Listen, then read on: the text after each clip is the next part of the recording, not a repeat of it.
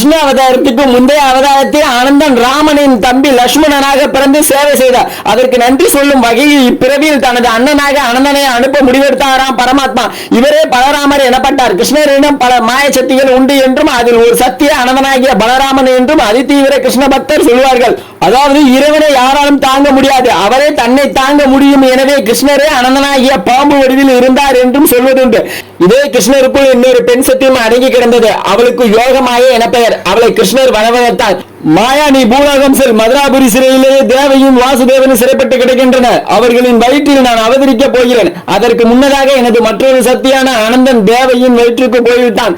நீ அதிகுலத்தின் தலைவரும் கோகுலத்தில் வசிப்பவருமான நந்தகோபனின் மனைவி யசோதையின் கருவில் உருவடு. சில காலம் கழித்து நீ தேவையின் வயிற்றுள்ள கருவை மாய சக்தியால் அகற்றி வாசுதேவரின் இன்னொரு மனைவியான ரோஹிணியின் வயிற்றுக்கு மாற்றிவிடு. பின்னர் நடப்பதை நான் பார்த்துக் கொள்கிறேன் என்றார். தலைவணங்கி அவரது உத்தரவை ஏற்ற யோகமாயே, பரந்தாமா, என் பங்கு பூலோகத்தில் என்ன என்றால், தங்கையே, பூலோக மக்கள் உன்னை என் சகோதரியாக கருதுவார். உன்னை துர்க்கை என அழைப்பார். வைஷ்ணவி, சாமுண்டி, காளி, விஜயா, சாரதா, அம்பிகா இப்படி பல பெயர்களை சூட்டுவார். புஷ்பம் பழங்களால் ஆராதிப்பார். மேலும் உன்னை நம்பி யாகங்கள் பல நடத்தி தங்கள் சொந்த நலனை எல்லாம் நிறைவேற்றி தர வேண்டுவார். தகுதியானவர்களுக்கு நீ தகுதியானதை செய்வாய் என்றார். மகிழ்ச்சி அடைந்த துர்க்கை பூமிக்கு வந்து யசோதையின் வயிற்றில் கருவானாள். சில காலம் சென்றதும் தேவையின் வயிற்றில் இருந்த பலராமனை ரோகிணி வயிற்றுக்கு மாற்றிவிட்டார். இதன் மூலம் கிருஷ்ணர் தன்னோடு என்றும் இருக்க வேண்டிய ஒரு சத்தியை உறுதிப்படுத்திக் கொண்டார். பலராமனின் கரு பலவந்தமாக இன்னொரு பெண்ணின் வயிற்றுக்கு ஈர்க்கப்பட்டதால் அவரே அகர்ஷணன் என்றும் ரமணன் என்றும் சொல்வார்கள். அவரை யார் உளமாற நினைக்கிறார்களோ அவர்களுக்கு அவரே குழந்தை ஆவார் என்பது இதன் உட்கருத்து. 6 குழந்தைகளை கொன்ற பாவம் ஒரு குழந்தை கர்ப்பத்திலே கலந்து போகவும் தன் மூலம் தேவைக்கு ஏற்பட்ட பயமே என்பதால் அதை 7வது கொலையாக கருதி அதனால் தனக்கு துன்பம் விளையுமே என்று அச்சமும் கொண்டிருந்தான் கம்சன். கிருஷ்ணர் தேவையின் கர்ப்பத்தில் இருந்தால் ஒரு நன்னாளில் குழந்தை பிறந்தது. பிறந்த குழந்தையை வாசுதேவர் பார்த்தார். பரவசத்தின் உச்சிக்கே போய்விட்டார். ஆம், குழந்தையின் கைகளில் சங்கு, சக்கரம், தாமரை, கதாயுதம் ஆகியவை இருந்தன. மஞ்சள் பட்டு உடுத்தி ஆபரணங்களும் அணிந்திருந்தான் சின்ன கண்ணன். பிறந்த குழந்தைக்கு 4 கைகள், ஆடை, ஆபரணம். இது எப்படி சாத்தியம்? தன் வயிற்றில் பிறந்த மகன் சாட்சாத் பரமாத்மாவே என வாசுதேவர் மகிழ்ச்சியில் மூழ்கி போனார். தேவகி வைத்த கண் வாங்காமல் திருமாலை ரசித்து தரிசித்துக் கொண்டிருந்தார். கடவுளை பெற்ற அந்த திருவயிறு குளிர்ந்து போயிருந்த வேளையில் அண்ணன் கம்சன் அவளது நினைவில் ஊசலாடினான். பரந்தாமா, உலகம் உயிர்விக்க வந்த விளக்கே, தாங்கள் உங்கள் சொந்த கோலத்தில் எங்களிடம் எப்படி வளர முடியும்? என் அண்ணன் கம்சன் உங்களை கொல்ல திட்டமிட்டு இருக்கிறான். அத்துடன் எங்களையும் அவன் கொன்று விடுவான். என்னை திருமணம் செய்த பாவத்திற்காக என் கணவர் உயிர் விடுவது எவ்வகையில் நியாயம்? தாங்கள் தான் இதற்கு ஒரு வழி சொல்ல வேண்டும் என பிரார்த்தித்தால் அந்த கணமே குழந்தை பெருமாள் விஸ்வரூபம் எடுத்தார். என்னை பெற்ற புண்ணியவாதிக்கும் என் தந்தை வாசுதேவருக்கும் நமஸ்காரம். தாயே, முன்னொரு பிறவில் தந்தை வாசுதேவர் சுதாபா என்ற பெயரில் ஒரு நாட்டின் மன்னனாக இருந்தார். தாயான நீ பேச்சினி என்ற பெயருடன் அவரது மனைவியாய் இருந்தாய்.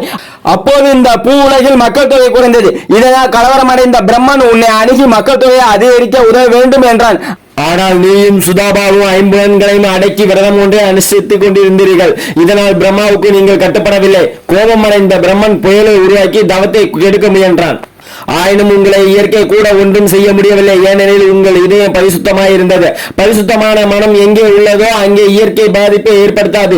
இப்படி 12,000 தேவ ஆண்டுகள் விரதம் அனுஷ்டித்தீர்கள். உங்கள் மனம் முழுவதும் என்னை பற்றிய சிந்தனையை தவிர வேறில்லை. அப்போது நான் உங்களுக்கு காட்சி தந்து என்ன வர வேண்டும் என கேட்டேன். நீங்கள் வைகுண்டம் வர விரும்புவீர்கள் என எண்ணினேன். ஆனால் நீயோ, பரந்தாமா, நீ என் வயிற்றில் பிள்ளையாக பிறக்க வேண்டும் என்றாய். நானும் சம்மதித்தேன். அதன் பின் நீங்கள் தவ வாழ்க்கையை நிறுத்திவிட்டு இல்லறத்தில் புகுந்தீர்கள். பிரிஸ்னி கர்ப்பா என்ற பெயரில் மகனாய் பிறந்தேன்.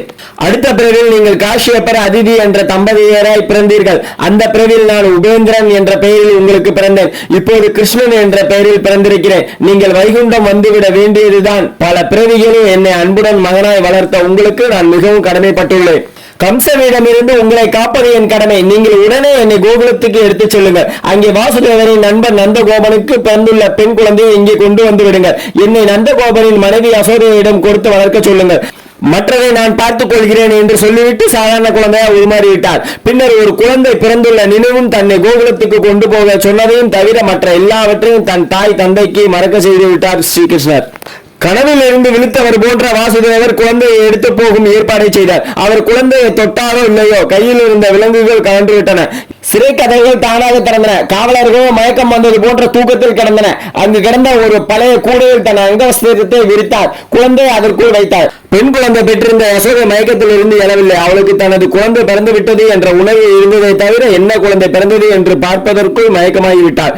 சப்தமின்றி வாசுதேவர் கண்ணனை யசோதையின் அருகில் கிடத்தினார். பெண் குழந்தையை எடுத்து கூடையில் வைத்துக் கொண்டு சிறைக்கு வந்து சேர்ந்தார். சந்தேகமின்றி இருக்க விலங்குகளை பூட்டிக் கொண்டார். குழந்தை வீறிட்டு அழவே காவலர்கள் இழுத்தனர். தேவகிக்கு குழந்தை பிறந்து விட்டது என்ற செய்தி கம்சனுக்கு பறந்தது. மிகப்பெரிய வாளுடன் வாசுதேவர் பூட்டப்பட்டிருந்த அறைக்குள் புகுந்தான் கம்சன். என் உயிரை குடிக்க வந்த அந்த யமன் எங்கே? அவனுக்கு யமனாய் நான் வந்திருக்கிறேன் என்ற கம்சனின் பாதத்தில் விழுந்தாள் தேவகி. அண்ணா, ஏதோ ஒரு அசாரியை சொன்னது என்பதற்காக என் ஆண் குழந்தைகள் எல்லாம் கொன்றாய். இப்போது பிறந்திருப்பது பெண். அசாரியின் வாக்கு உண்மையே என்றாலும் கூட என் வயிற்றில் பிறக்கும் 8வது ஆண் பிள்ளையால் தான் உனக்கு மரணமே தவிர பெண்ணால் இல்லை. பார்த்தாயா, இது பெண் குழந்தை என குழந்தையை நீட்டினாள். கொடிய உள்ளம் கொண்ட கம்சன் அவள் சொன்னதை காதில் வாங்கவே இல்லை. குழந்தையின் கால்களை பிடித்தான். தலையை சுவற்றில் ஓங்கி அடித்தான். அவ்வளவுதான். மதுராபுரியை கிடுகிடுக்கும் வகையில் ஓங்கி ஒழித்த சிரிப்புடன் உயரமாய் வளர்ந்து நின்றது அந்த குழந்தை. இப்போ நம்ம பார்க்கறது கிருஷ்ணனுடைய கதை. கிருஷ்ணனுடைய கதையில் முக்கியமான இதெல்லாம் நம்ம பார்த்துக்கிட்டு இருக்கோம். அதுலேயும் வந்து பார்த்தீங்கன்னா இது வாழ்க்கைக்கு நீங்கள் பயன்படுத்துங்க, நிறைய எடுத்துக்கிட்டு வாழ்க்கையில் வெற்றி அடைங்க. தேங்க்யூ ஃபார் வாட்சிங். டிடிஜிஎஸ்எல் ஜி கோவிந்தராஜ் ஐயப்பத்தா யூடியூப் சேனல் பிடிச்சிருந்தா லைக் பண்ணுங்கள், ஷேர் பண்ணுங்கள், கமெண்ட் பண்ணுங்கள். உங்களுக்கு பிடிச்சவங்களுக்குலாம் இந்த வீடியோவை ஷேர் பண்ணிவிட்டு அவங்களையும் பார்க்க சொல்லி பயனடைய வைங்க. தேங்க்யூ ஃபார் வாட்சிங்.